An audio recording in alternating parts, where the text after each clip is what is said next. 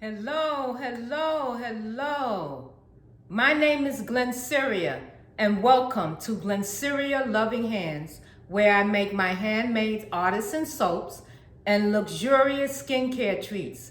How are you all doing today? Well, before we get started, I would like to say welcome back to my old subscribers. Thank you for holding me down. And to my new subscribers, welcome. Welcome to Glennceria Loving Hands family. We are so happy you're here to join us. Make sure that you like, subscribe. Please subscribe.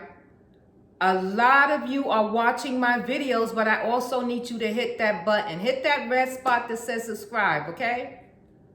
I need your support. Please support Glennceria Loving Hands. I would greatly appreciate it. Thank you so much.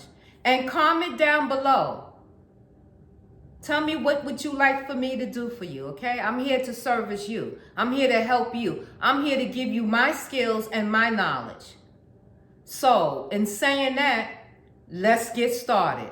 Today, I am going to give you the tools and everything you need to know to get all your supplies for soaping. Let's go. First of all, let's talk about the gear, the things that you need to wear in order to make soap.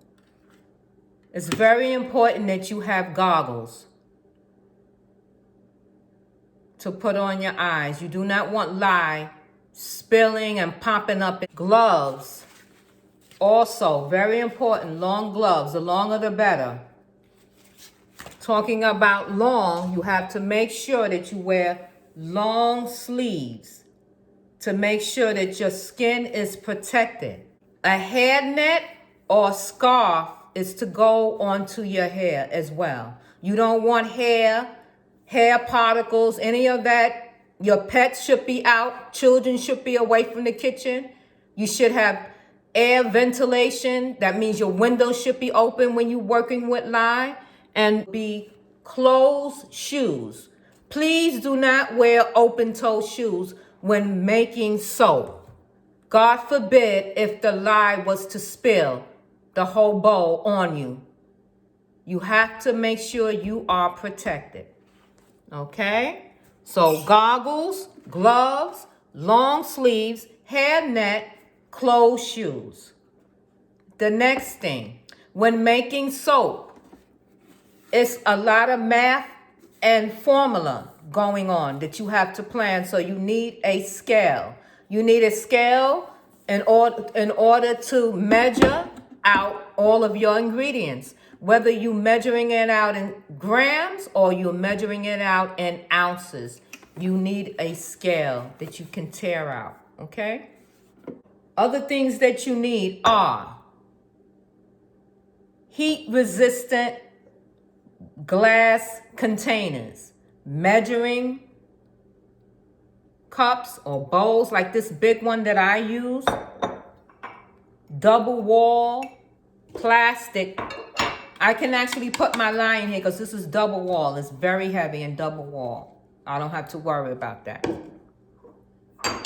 For your essential oil, you cannot put your essential oil inside of a plastic cup. It will eat through it. It has to be something glass, something that essential oil. So I also use these for essential oils and coffee cups. And of course, this is all things for soaping. You can go to your thrift stores, your Goodwill, your Salvation Army, go through their racks and look for old trays, old cookie sheets, old measuring bowls. Take them home, clean them up, and use those, okay? So let's go on.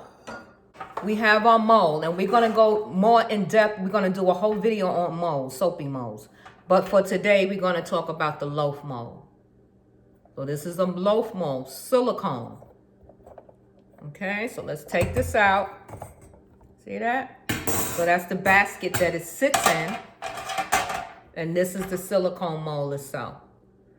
And this mold here gives me a whole loaf that I can cut in my soap cutter, which gives me 11 bars, 1 inch thick each. 11 bars, cookie trays. that I use for when I'm finished with my soap. I place it on one of the old cookie trays and then store it where I'm storing. You know, old Tupperware bowls are nice and thick. That's also would be good for mixing your lye water. Whisk, spatulas, spoons, plastic, stainless steel, forks for designing and raking. You need measuring spoons, measuring cups. You need droplets when you want to measure out how much essential oil, okay? And here's a spoon in case you want to decorate, mix in. I have big plastic bowls. When you're doing a lot of loads of soap or you're making a big batch, you definitely can use stainless steel pot. Excellent. You cannot use water from the faucet. You cannot, repeat, you cannot use water from the faucet. It has to be either rainwater or distilled water. So of course, I buy distilled water. Okay, you cannot use, there's all kind of hard water, there's chemicals, chlorine. You cannot use that in soap making. It has to be distilled water or rainwater. 91% rubbing alcohol along with paper towel. Alcohol, paper towel, very important. You're gonna use a lot of that. Don't be afraid of lye. If you use your safety precautions, you're fine. You're fine. Just make sure when you use this, you're using it correctly, you're using it safe, there's no pets, there's no children around, and your windows are open, there's air ventilation, and you're good to go. Proper safety precautions when you're working with sodium hydroxide lye. Can't make soap without lye. One more thing, I want to call this a stick blender. Okay? Where this attaches off. This is a stick blender. Get yourself a stick blender. It's very important. You need a stick blender. Also, you need measuring cups. When you want to separate your soaps into different batches to make different colors,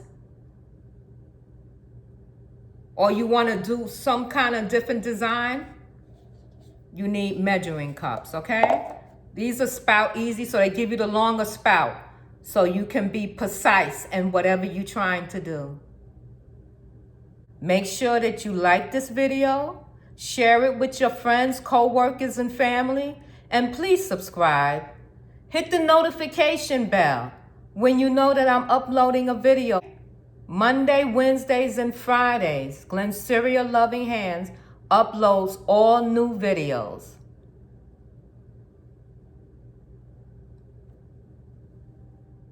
Okay, my loving hands, I hope that I was informative for you today and that something that I told you was very useful for you to use.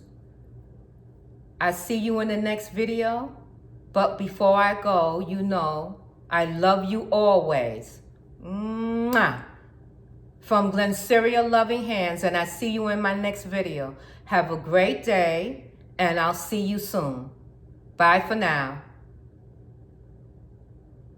Don't forget, subscribe, okay?